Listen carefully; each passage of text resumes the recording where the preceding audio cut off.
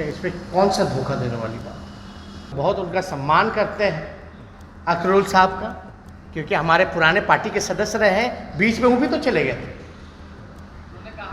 नहीं, बीच में तो आरजेडी से वो भी तो गए। तो हमने ऐसी बात तो कभी नहीं की कि अख्तरुल साहब ने धोखा दिया। हम अगर सिंगल लार्जेस्ट पार्टी नहीं होते तो भाजपा होती।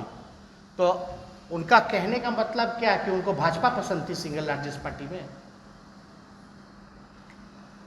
और हम तो कुछ कहेंगे नहीं, हम तो बहुत उनका सम्मान करते हैं अख्तरुल साहब का, क्योंकि हमारे पुराने पार्टी के सदस्य रहे हैं। बीच में वो भी तो चले गए थे। नहीं, बीच में तो आरजेडी से वो भी तो गए।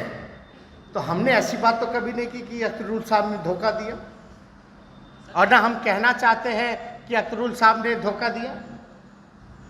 हम ये भी नहीं कहना चाहते हैं कि भाई जदयू में भी थे, वो एक भाजपा के घटक दल में थे, यानी एनडीए का पार्ट थे।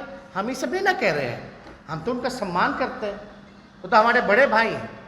और हम आपको बता दें, जब हम पहली बार राजनीति में सक्रिय हो रहे थे, जब बिहार दौरे पे पहली बार हम निकले थे बेहतर शिक्षा व्यवस्था को लेकर के, तो उस समय बहुत कम लोग मेरे साथ घूमते थे।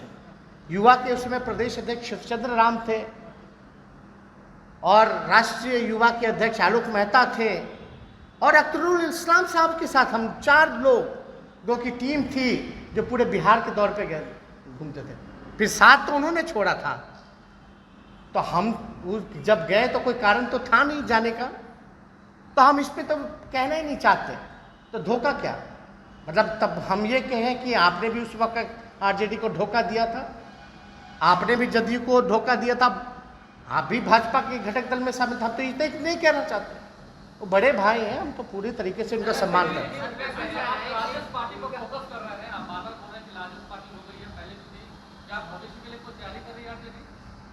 कौन भविष्य के लिए तैयारी नहीं करता? जो भविष्य के लिए तैयारी नहीं करता उसका अस्तित्व मिट जाता है, अब मिट रहा है। तो क्यों नहीं तैयारी करें भाई? मतलब बड़ी पार्टी बना के झुंझुना थोड़ी ना बजाना है। हम लोग लड़ाई लड़ रहे हैं, और बड़ी पार्टी हम अपने आप से नहीं ना बना रहे भाई। जब बिहार का चुनाव हुआ तो जनता ने बनाया।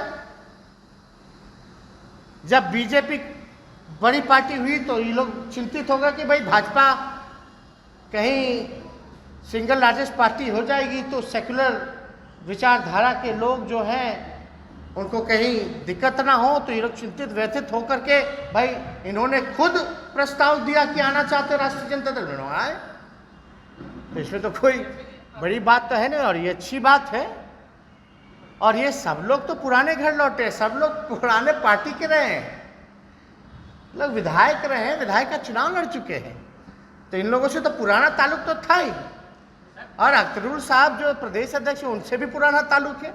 उनको भी पहली बार विधायक राष्ट्रीय जनता दल नहीं बनाया, तो कहाँ कोई बात है। खामियाजा भुगतना पड़ेगा। आप लोगों ने एमवाई और ए टू जेड की बात करते हैं, एम के साथ छल किया है। नहीं, पॉलिटिकल पार्टी कोई जाति धर्म की पार्टी नहीं होती है।